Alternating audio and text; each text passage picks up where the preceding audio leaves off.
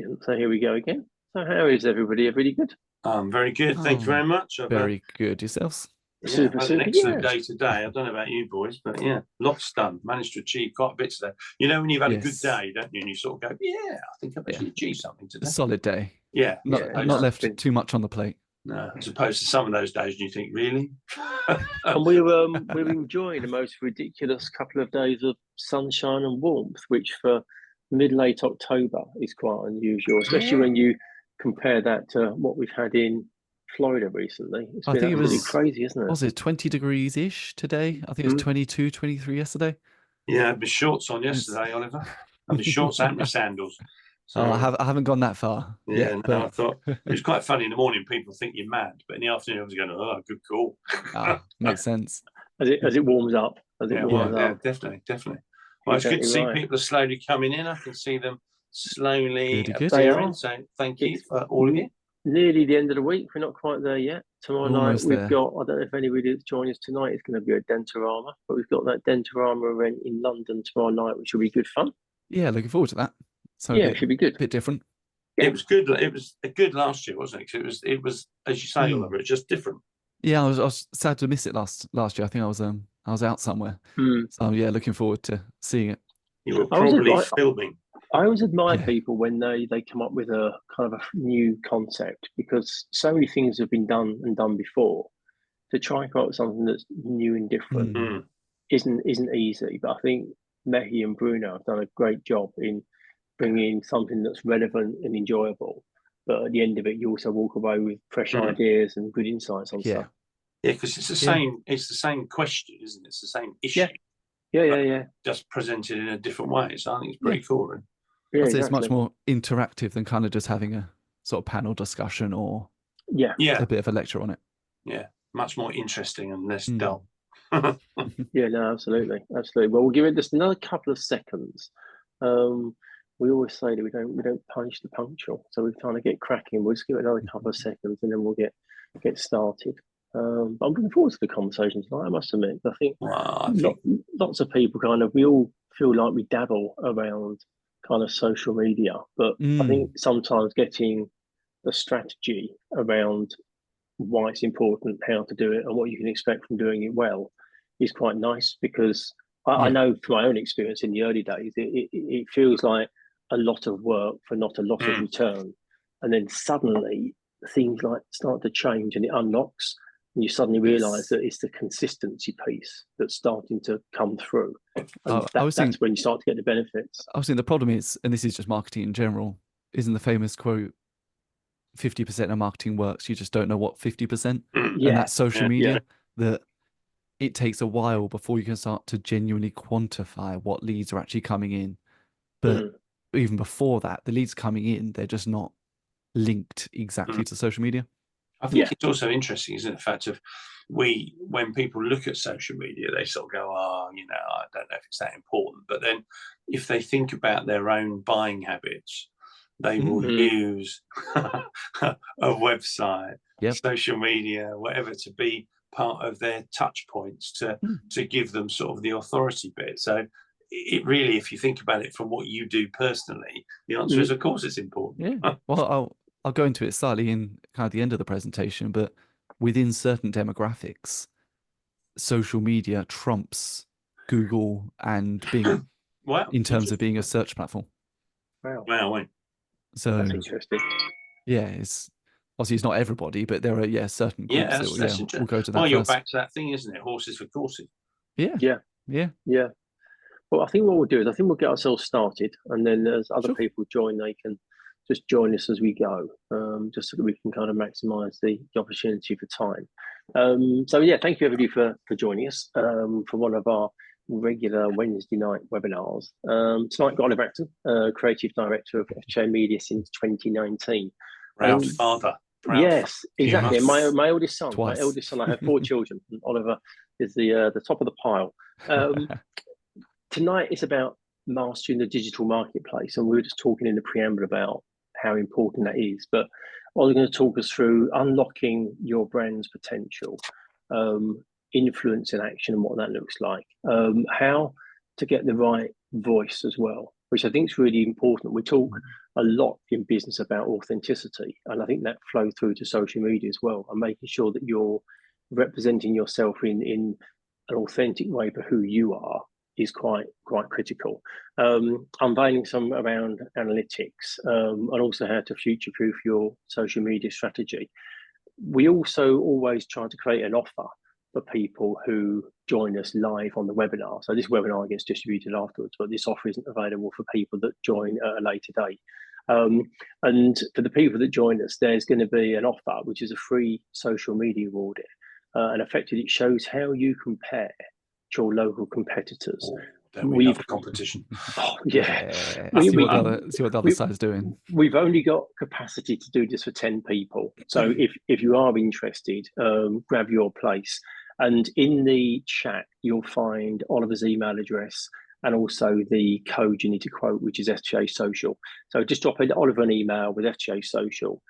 He'll then get in touch and just run those analytics for you to find out how you compare to your competitors. We've done it ourselves within the business. It's a really useful tool in terms of understanding where you are. I'll hand over to you, Oliver. I think Oliver's going to talk for 45 minutes or something like that. We'll have a Q&A at the end. If you've got any questions, drop them in the Q&A box as we go, and we'll pick those up at the end, and we'll take it from there. So over to you, Oliver. Excellent stuff. Sounds great. Cool. Thank cheers, you, man. Yep. Thank you very much, guys. And thank you for everyone for turning up on a Wednesday evening. So as I'm sure you're all aware, this is our Mastering the Digital Marketplace presentation, which is kind of a intro or slightly above an introduction in terms of getting your social media up to scratch. So it's hopefully we'll give you some kind of tips on how you can optimize your social media in terms of looking back at your analytics, but as well as kind of how to look into the future and figure out what you've done and what is working, and then how to kind of optimize and capitalize on that in the digital marketplace. So a little bit about me. Hey, look, it's me. Started life as a mechanical engineer. So I went to uni and then ran the social media for a couple of societies at university. So that's what kind of drew my love in terms of creating content, getting eyeballs on things, in terms of kind of getting new people into the societies. Kind of born out of uni, started FTA Media as it was an internal project to start with within Frank Taylor. So kind of optimizing their social media and kind of figure out what we're going to do there. But then very quickly spun it round into a service that we could offer outside, mostly based within the dental industry. I think still 90% of our work is within dentistry. So we're very kind of focused in terms of what practices and patients really do need and want. We've had the very fortunate opportunity of working with global brands such as Red Bull and creating content that has ended up on Amazon Prime. So it's lovely to be able to understand kind of how big business works and understanding kind of where they're coming from and bringing that down to kind of small, medium business level in terms of kind of what we're doing internally and externally. We've managed to get millions of views online for either ourselves or our clients, which is obviously a great metric to kind of track, but as we'll go on to later, not the be all and end all. And then last year we decided to start our social media management arm. So that's kind of what we're going to talk about this evening, because we figured that we were creating a lot of good content, or we thought was good content. Clients were very happy with it, but it wasn't being used kind of in the way it should be. And they weren't probably getting the ROI that they should have been out of the content.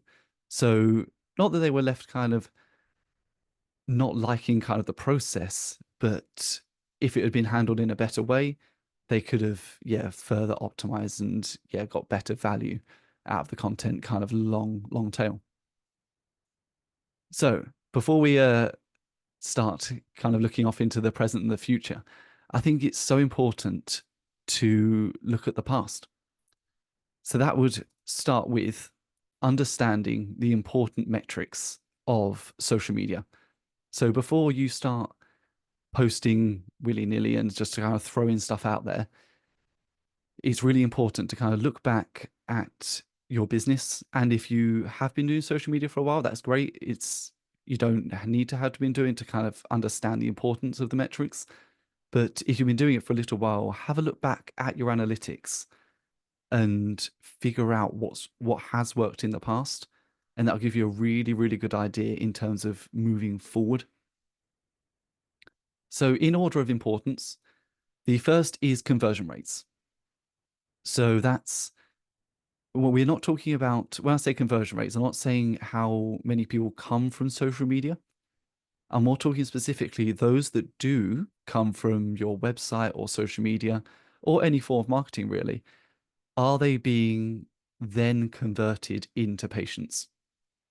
Because there's not much point in putting in and spending money as well on your marketing and putting time and effort into social media and your website and landing pages and everything that you can do in ad spend, if as the patients are coming into your practice, you're not able to monopolize on that and convert them in the way that you should be. So I think that's always the first big thing to look at before spending much or any money in terms of ad spend or marketing spend, to make sure that your internal processes are kind of up to scratch and ready to go. Next is engagement. So on social media, your metrics are kind of shown in your likes, comments, and shares. Those are the three ways that people can interact with your posts and your business. And in terms of importance, they are in that order. So shares are invaluable because that means your patients or clients are willing to put your content on their page and share it with their audience. So that's kind of the holy grail of getting them to do that. Second is a comment. So it shows that they're willing to interact with you guys and you kind of bounce off each other. And that's a really good opportunity for all of you to interact back, create a dialogue. It might only be a question or someone saying, "Oh, I love this," but it's a really good opportunity to further humanize your brand through social media without having to kind of get on the phone or wait until they come into the practice. And then lastly is likes. So obviously if people like the content, that's great, you get further reach, but it is kind of at the bottom of the pile in terms of being able to properly engage with your customer base and your followers. Next is your click-through rates. So we'll go on slightly later in terms of how to manage your profile and further set it up. But this essentially is when you post about, say, an Invisalign open day or you've got a new offer that you're promoting, how many of these people are actually seeing these posts and clicking through to the website or the web page that you've got to then capture their details. And it's so important to understand these metrics because you'll figure out exactly what is working for each post. And each time you do something, to go back, double check, did this work better? Did something before that work better? So for the next time, you can kind of double down and make sure that what you're posting is going to work. And there's not a kind of catch all, and it's never going to work every time. But by going through, you'll be able to get a bit more of an average and a holistic view of everything that you're doing. Next up is audience size versus follower growth rate. So we've seen accounts in the past, many say tens of thousands of followers, but they might have been an old account that grew those followers, I don't know, say 6-7 years back when they did a big marketing push, that might not be as engaged with the content, might have moved on, might have moved out of the area, it's no longer relevant. So we'd always like to kind of look at it as you're posting, are you engaging with and picking up new followers? And of course, it's still important to interact with those that are already there, but are you reaching new audiences and new people to get them to interact with your business? And then lastly, are your reach impressions, which are a brilliant vanity metric. If you're looking at your social media metrics in the back end, you might think, oh, our post got 1,500 or 2,000 impressions. That's great. But this can just be because you might have a good following or hit the algorithm for something. But if they're not engaging with and interacting with your posts, it's not a waste of time, because the impressions will always be larger than your engagement. So logically, to get more engagement, you do need larger impressions, but it's not the kind of thing to focus on in terms of actually getting people to properly interact and then to actually come into the practice and engage with you. You could have 1,000 impressions and really high engagement, rather than having 100,000 impressions and comparatively really low engagement, which wouldn't work as well. So moving on to crafting your digital voice. And I thought, kind of going into this, what does good actually look like? So everyone says like, oh, we're trying bits, but do we have any examples? What have other people done? What can we actually kind of look at and see where our voice fits within our social media and business? And it's kind of coined by the phrase of good social media captivates the audience with authentic stories, consistent engagement, aligns with brand values, and drives meaningful interactions, turning followers into loyal advocates. And I'm sure you've all seen it in your practices and businesses, that once you get a patient in and you treat them well, they're much more likely to recommend you to others. And we know word of mouth is one of the biggest parts of marketing, and it's obviously the best one because it's free. And we want to turn that into everything that you do on social media. So they come into the practice, they love it, and then they kind of buy into the ethos of the practice and are willing to interact with you online and share what you're doing because they understand kind of where you're coming from. And as long as you're not kind of posting advert after advert and you're actually sharing kind of your story, hopefully they can then kind of buy into that and share the journey along with you. And of course, this is the holy grail, but it's a great kind of place to aim for with each of your patients and followers, to try and see if we can get every person to this point. So one of the companies that has done phenomenally well is with influencer marketing is Boohoo. They have built their entire social media campaign through influencers, much like also Gymshark, if you're aware of Ben Francis and his story. So they have obviously advertised in the more traditional ways, but their entire backbone of their business and through social media has been working with influencers all the way from, say, on the lower end, 1,500, 2,000 followers that have a really core niche following, all the way up to the hundreds of thousands into the millions.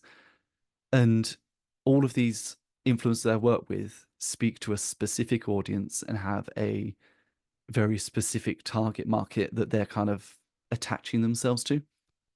And I think that's really important to understand, that each of, say, your patients will have a specific audience and persona and friendship group as well. So say somebody might be in their late 40s, might have had an implant that they share online. Their following and core base of people they interact with, it can be very, very different to someone who's come in their early 20s for some composite bonding.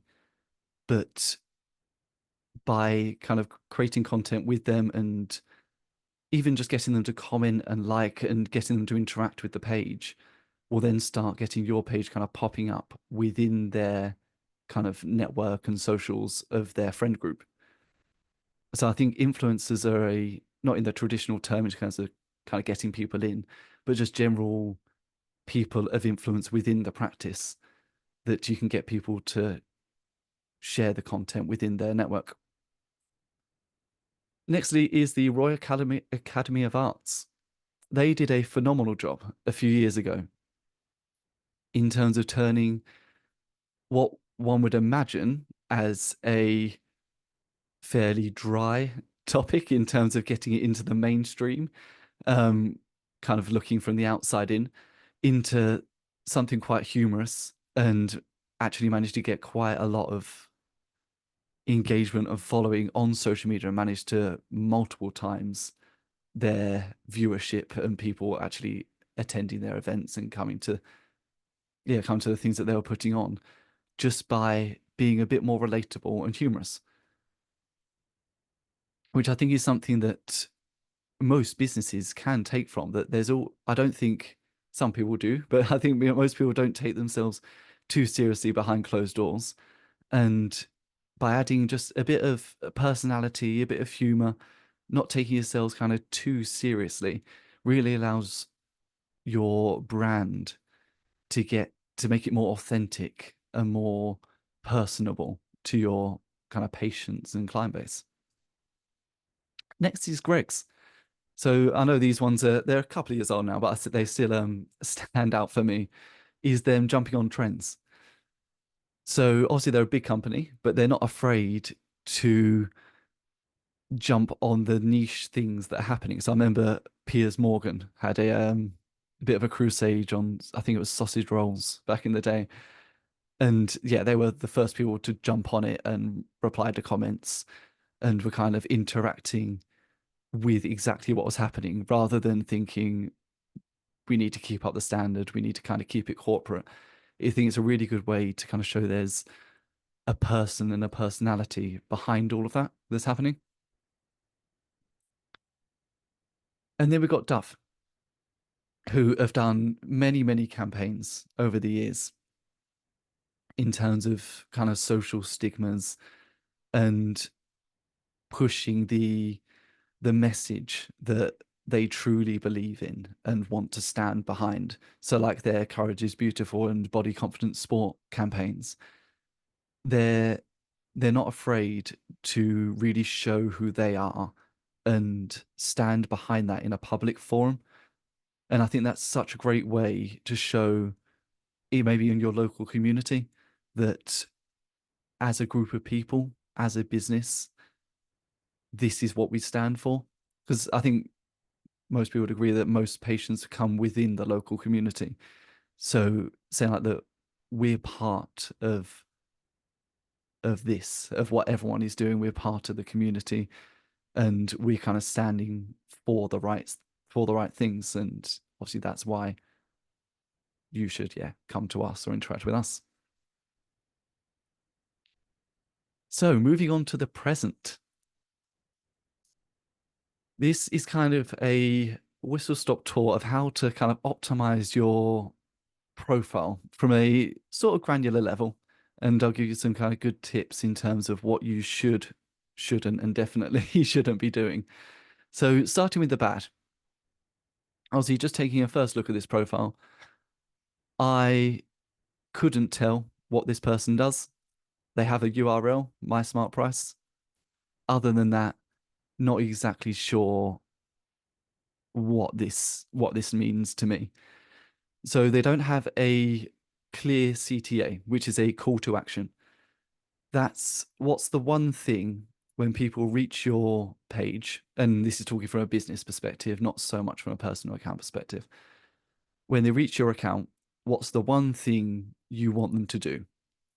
It might be they might be visit your website. It might be book a call, might be come to the practice. There has to be kind of one thing that's at the top of your list.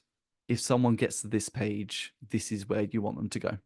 And obviously, this one doesn't really tick any boxes on that front. Overused quotes. Obviously, they've checked that 4 times. And I think it's really good to show personality in your profile. Nobody is not great. Well, it sometimes works, but it's nice to show some personality in kind of terms of what you're doing. But there is a time when you might go slightly overboard. So yeah, kind of reining that back would be a bit better. And then there's just a general lack of information. So you have to assume that every time somebody new interacts with you, every time somebody new hits your profile, that they have no idea who you are. And it would be lovely if they did, but let's assume that they don't.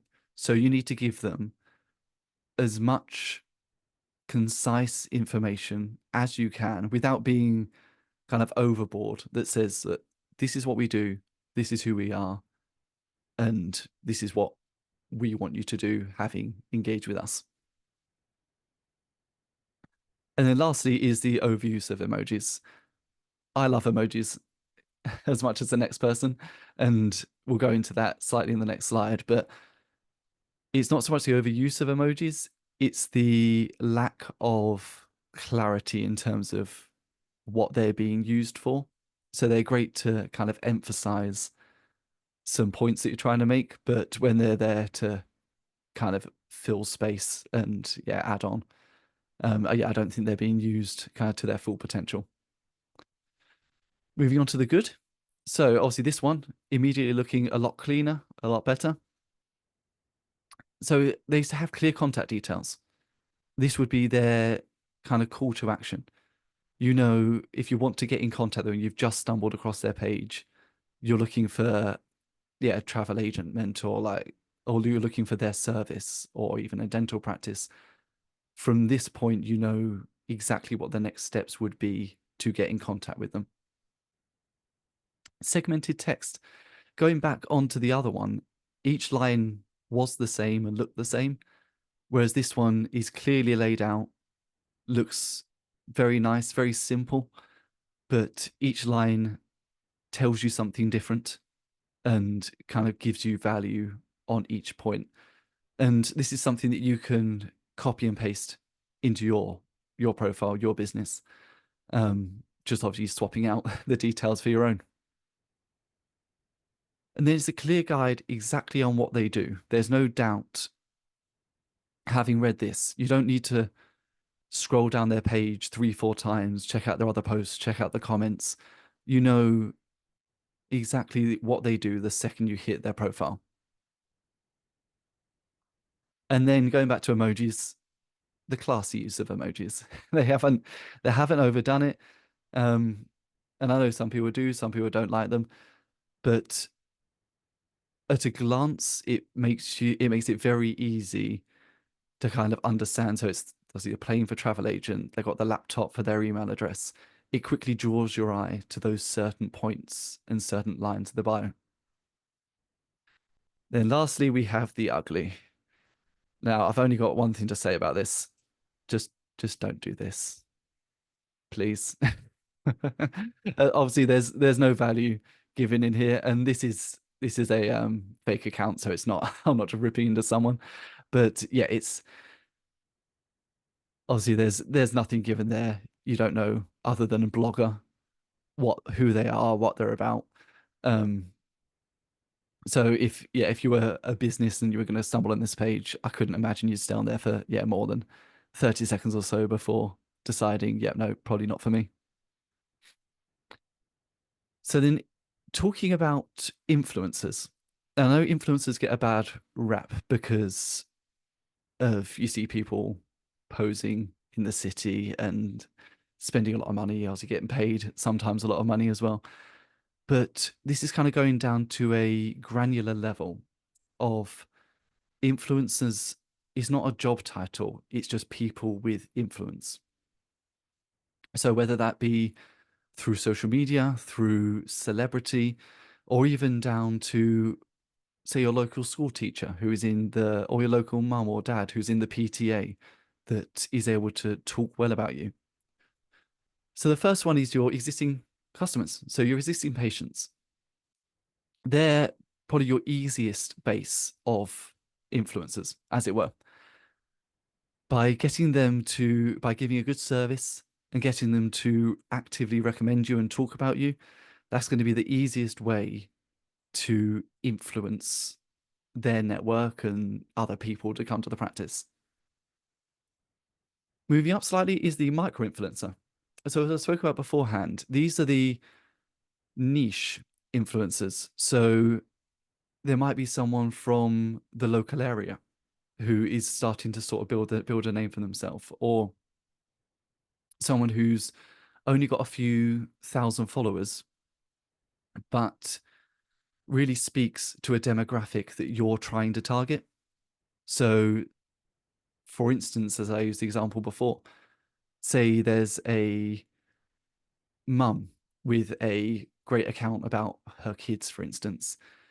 She might only have a small following, but by engaging with her and getting into her network, that could be a lot more valuable and get a lot better ROI than kind of spending money on a much larger influencer, because the demographic isn't going to be as good. And then there's some macro influencers. These will be, as I got a photo of the Sidemen there, these will be the people who have got the tens to hundreds of thousands to millions of followers. These are very wide demographic. They do have a core audience base, which you can look into. So they will have a certain demographic they're targeting, but it will be a very wide net in a very large pond that you're fishing in terms of trying to get people actually to come and interact with you specifically at your practice. And then above that, you've got celebrity. So this would be A-list or kind of general knowledge if they've been on mainstream television, which I think for these people, you're not looking so much in terms of getting an ROI out of them. I think what's great in terms of kind of celebrity endorsements is exactly that. You get to align yourself with the values and things that celebrity also endorses. So if you have any opportunity so I don't know if you got patients that might be in this category, that if you have an opportunity to work with them, it's a great time to align yourself with what they've done and kind of go off their brand, rather than expecting a direct, oh, we did a post with them, we're going to get some patients. It's saying, actually, no, this is what we do, and we work with them, and we're kind of in the same boat. Then I found this quote recently, I did quite like it, is don't try to be original, just try to be good. So this is kind of moving on to exactly how and what you should be posting. So the first one is try to problem solve. Figure out why at each point are your patients coming to you for dentistry, for a treatment. So is it because of the way they look? Is it because of, or they don't like the look of their teeth, sorry? Is it because they're in pain? And figuring out and addressing each of those points. So when someone sees your post, your content, it's like, actually, that is me. I specifically have those teeth, or oh, I didn't realize composite bonding could take you from there to there, or I didn't realize Invisalign could do that. It's addressing something very specific that will hopefully resonate with individual people. Next is consistency. We preach consistency.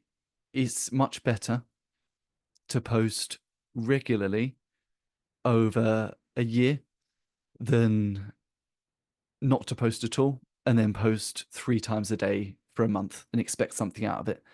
It's essentially showing up every day. So when your patients are on social media and interacting, you're there every time they open their feed. And this doesn't have to be for 4 or 5 posts a day. We're talking a few a week. But just so when they're on and they're in that mode to be going on social media, that there's a much higher chance of you popping up. And by doing that, you'll get more comfortable with it and your voice will start to come out over time. So if you haven't posted on social media much, it sometimes does feel a bit awkward, kind of putting yourself out there. You don't know what to post. You don't know what words to put to what copy to put with it. But the more you do it, the more you relax. I'm sure everyone's first feeling, everyone's a bit nervous, but the more of them you do, the more you relax, the more you kind of understand your method and way of going about things. And that will just come over time. And then if you're stuck for ideas, use AI. I know it's a massive buzzword, and ChatGPT this year has kind of blown up massively, but do a little bit of digging in terms of prompts, and with not too much input, you'll be able to get a very kind of comprehensive plan for the month, which should give you enough ideas at least to make a start. And again, going back to consistency, once you made a start, then you can refine a month in, go back, look at your analytics, tweak what you're doing, go back to AI, figure out, right, what's the next set of posts that we can start to do, and then kind of take it from there. So building versus paying for a community. This is one that we always get asked. Sorry. So firstly, organic. This is a type of social media, refers to free content posted on social media platforms without any additional budget put towards boosting the reach of the content. So this is all the free stuff. You go on Instagram, you go on Facebook, X, TikTok, you can post for free. So it takes a bit more time to build an audience, and we're relying on people interacting with you and kind of slowly building up step by step. But this means you're building an audience of people that truly want to interact with your content, and you're not kind of putting it in front of the wrong people. And then we have paid. So this type of social media involves using advertising budgets to promote content and reach a wider audience on social media platforms. This is similar to organic, but puts a budget behind it and sort of expedites the process. You can pick an audience, pick a demographic, pick an income level, pick an area. Like, there's so many factors that you can put into it. And then you essentially pay for your content to be put in front and promoted to these specific people. And then in terms of the pros and cons of each, obviously organic, it's free. And I say well to post at least because we have influencers and everyone that I'm sure are more than willing to get paid. But yeah, to put a post up is completely free. It builds trust with your audience. Again, so showing up every day and showing your practice, showing your people. It says, obviously, we're human. This is who we are. And every day or every week, every month, they get to feel like they know you a bit more, other than the 6-month checkups. And they always leave with a good experience, but it's kind of keeping that good experience going. And then that moves on to it's sustainable long term, because it is free. It takes a little bit of time and a bit of effort to put into it, but it is something that you can do completely for free and sustain it for as long as you need to. And then we go on to paid. It allows advanced targeting, so you can nail down a very specific demographic. So this would be like people that are specifically interested in Invisalign, in the right age, in the right location. It has a clear ROI, so return on investment, which means that for every pound that you spend, you'll be able to see the click-through rates, you'll be able to see who engaged with it, and then you can obviously put that back into your business analytics and quantify the money that you've spent. Has that brought in leads? Has that brought in patients? Have they been converted? And that moves on. It is easy to track. So you can set up your landing pages, set up everything so you can quite visually see that the money that you've put into this, has it been worthwhile, and have you got the patients and the treatments out of it that you need to? And then how to optimize content for social media, starting with video. So once it decides to load, there we go.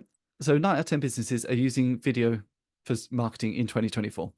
It's the easiest, quickest way to humanize your profile and get in front of the most people. Short form is still king at the moment. These are videos between obviously 0 and a minute long. Mostly this is kind of the TikTok generation kind of coming through. We've seen that from TikTok, Instagram, releasing Reels a few years ago, and then YouTube Shorts, and also Facebook decided to take away their video platform in terms of short form, and now they brought it back. So yeah, everything at the moment, that is still kind of the hot topic. And then 81% of consumers want to see more short form from brands in 2024. So that essentially says that more people are interacting with the brands that use this kind of content. Moving on to photos. And it says, I say photos only. So steer clear from using massive amounts of text on your content, because it gets interacted with less and the algorithm notices that. And it's not just your account, the algorithm in general on Instagram has picked up that photos with text get interacted with less. So if it sees the content that you're putting out with copious amounts of text, it might, start to kind of limit your reach. And then it's already started to pull back, I think, up to 80% of the reach on adverts with massive amounts of text. So this is it's already happening officially on ads, and it's leaking into organic. And like I said before, it's less algorithm friendly. So Instagram already knows this, so it'll push your content, forward a bit less. Moving on to stories. So this is the post at the top that disappear every 24 hours. More than half of Instagram users watch stories daily because they're relatable, disappear in 24 hours, behind the scenes, kind of day in the life content. People want to see what you're up to every day or every couple of days, which doesn't have to be overly produced. It's, oh, we got a coffee, or the flower delivery turned up today. We've got some nice flowers back in the practice. It's just little things that you guys do every day that kind of, again, shows the authenticity of the practice and be able to kind of communicate to your audience. And then 50% of Instagram users have visited a website to buy a product/service after seeing it in stories. So stories have a function that you can swipe up straight into a website or product. And because people are in the stories mode, again, half of users watch stories daily, it's a great way to kind of hack your way into being able to put something in front of them that after a couple of pieces of relatable content, it's then time to put in, oh, we have an offer on this, or we've got an Invisalign open day. Just swipe up here and that takes them straight to a kind of contact form or wherever you'd like to send them to. Then moving on to hashtags. So you're allowed up to 30 hashtags per post. I know they're fairly divisive. We've done some digging in it, but the best kind of way to go about it is 10 industry specific. So that'd be 10 kind of dental related, or say it's about Invisalign, this would be kind of 10 aligner related hashtags. So you kind of catch everyone that's looking for aligners. 10 business specific. So that's 10 about your specific practice. And then 10 post specific. So if it's, I don't know, say it was an open day, you do kind of open day hashtags, or kind of more about the community specific about that post to draw attention specifically to that post. And then tagging. So this is kind of tagging other accounts. You can tag up to 20 accounts per post. So by tagging the accounts, this kind of draws people that are looking at those accounts to yours. It's a very small percentage, but it kind of sometimes aligns you with those accounts. So it'd be great. This is a great time to tag those within your practice and business. So if they have social media, tag them. It pops up in their network and kind of gets out, if they're local, again, into the local area, which is kind of your pool of patients. And then, but tagging larger accounts that are aligned with your business and where you're looking to take things, because people love to see kind of where you're coming from and if this is a business or a practice that is worth them interacting with as well. And then lastly, looking towards the future. And no surprises here, AI. So I think the biggest thing that's going to happen in the next 12 to 24 months is using tools to curate very personalized content for your audience. We've already seen it in the past 6 months with email marketing. So obviously you can always put your name at the top, but we've seen videos that are being sent out which are being customized to have your specific name in, your specific business. So I think that's going to be a lot more prevalent in the next year or so, in terms of being able to really customize and create a proper experience for your patients and customers. Oh, no, jumped on a bit farther. Influencers. So I think customers are more relying on influencers and social media to further understand businesses. Is this a place that I associate with, or is someone gone there that I like, that I would then want to attend? But I think this is going to move a lot more kind of granular in terms of micro influencers and local people rather than the larger influencers and celebrities. I think people have slightly become a bit disenfranchised with the whole ad revolution a couple of years ago, in terms of influencers having to show that it's an advert. And I think people have just started to assume anytime anybody endorses anything, it's an advert. So I think using these micro influencers and people within the community is going to become a lot more beneficial in terms of people actually looking to who they can trust. And then seamless booking and shopping. So this is accounts looking to, Instagram and Facebook and TikTok looking to put booking pages and shopping links straight into their platforms, making it a lot easier for businesses to be able to link people straight to where they need to be to either book in or purchase a product, or get to where you need them to go. And then lastly is search. So as I mentioned, if anyone's on right at the beginning, in terms of search in certain demographics is on Instagram, TikTok, and Facebook and YouTube is already outweighing Google and Bing. So I think there's going to be a bit of a shift in terms of the way people actually look and search for their treatments. So I think there's going to be a big shift in terms of the way people are going to have to start to advertise and be a bit smarter in terms of being able to show what they're doing, because people are going to be searching specifically on these platforms rather than just going to Google and saying Invisalign near me. It's going to be right, Invisalign near me on Instagram, but does the practice look the way I want it to? Are they interacting with the people that I associate with? So I think that's going to be quite a big one in the next 12 months. And that's everything from me. So here are my email address and Instagram handle. And as we mentioned at the beginning, we are doing the offer for the social media analytics. So that takes you through. So we'll kind of do a bit of a dive on your account, show you exactly how your local competitors are doing. It's all above board. It's just generally accessible data, but we can kind of compile it and show you kind of where you sit within kind of your local community of practices. And that's everything from me. So thank you very much for listening. Cheers, Oliver. Thank you very much indeed. No problem at all. I was taking notes, even though I was sort of in my own cat-handed way trying to start using social media a few years back. Yeah. You always pick up little tips and tricks of what things you can do.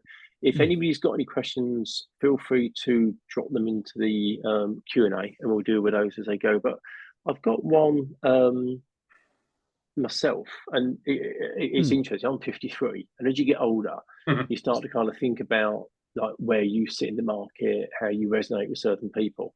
Yeah. And I know that social media's been around a fair while now. So if you roll back 10 or 15 years, you can say, oh, well, older people don't use social media. And I still think there is a proportion of people that don't engage with it.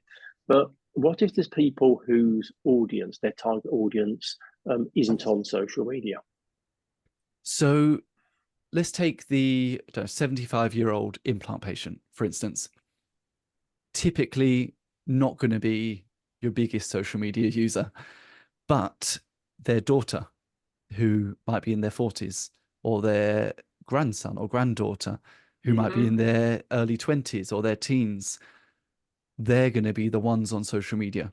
So when the topic around the dinner table or Christmas comes along that, oh, I need to go get an implant, that's the opportunity for them to be like, oh no, I saw these people, or even I go to a new dentist now because I found them on social media. Right. You should pop along. Or perhaps an advert that says, ask your grandparents if they need new teeth. Yeah. How's it? Yeah, it's an interesting one, isn't it? Yeah, He's struggling to eat steak. Yeah. Yeah. Teeth aren't just for Christmas; they're for life. Yeah, if you can't have steak, have implants. Yeah. Well, isn't it eat an apple? Isn't that the one that says if you can't eat an apple, you need either really good dentures or proper implants? Yeah. And when you start posting, typically how long does it start to take before you see results? I think of myself, I started using LinkedIn, I think sort of 2017, 2018, and Instagram more recently. Yeah. And I found it took a while, but then I appreciate that we're in a niche within a niche. We're in dentistry, and then we're offering a very specific business service within dentistry. But typically for a dental practice, which is a broader brush, how long does it take to start to get some results from posting? So we always say, give it 3 months. Right. So in what we do in terms of our social media management, 3 months gives you 2 months, obviously, to have a look back at what you've done and iterate. So first month, obviously, you're going out with a plan. I'm sure you have a chat about it before, you sort out what you're doing. Second month, you get to reiterate on that. Third month, you get to reiterate again. And not saying you're going to have patients flying through the door, but that will give you enough time and enough iterations to at least see the ball start rolling in terms of your engagement and following and figuring out what's working. I think it's all about planning. I think that as we do media, I think the thing that struck me is so many people think they can do it themselves, or they just get a phone and take a few pictures. And I think from working with you guys, the thing that made is bloody obvious, but obviously not that bloody obvious, is the fact of if you leave it to chance, because, when you look at being a dentist, don't you, it's not as if they're sitting around, with their feet up thinking, oh, I'll tell you what, I've got to spare half an hour to do some social media posts. So the answer is it starts off occasionally with enthusiasm, and then they just get caught doing the job, and it's not their fault, but it's just the fact of you lose that consistency. And I think also one of the things that you taught me is there's a difference between taking a picture and taking a picture. Whereas somehow we sort of think, oh, well, I'll just do that picture. But actually there's a massive difference between taking a proper picture and just having something that potentially just looks terrible anyway. It's almost some of the stuff you've shown me where people have done it themselves is like, man, you've actually probably done worse. You'd have been better off not doing anything. Yeah. Well, I think we had a fantastic story the other day where speaking to a dentist who their nurse had done the social media for a while, but then as the practice got busier, they obviously did the job that they were there for, which is great because they had patients, but then it fell by the wayside.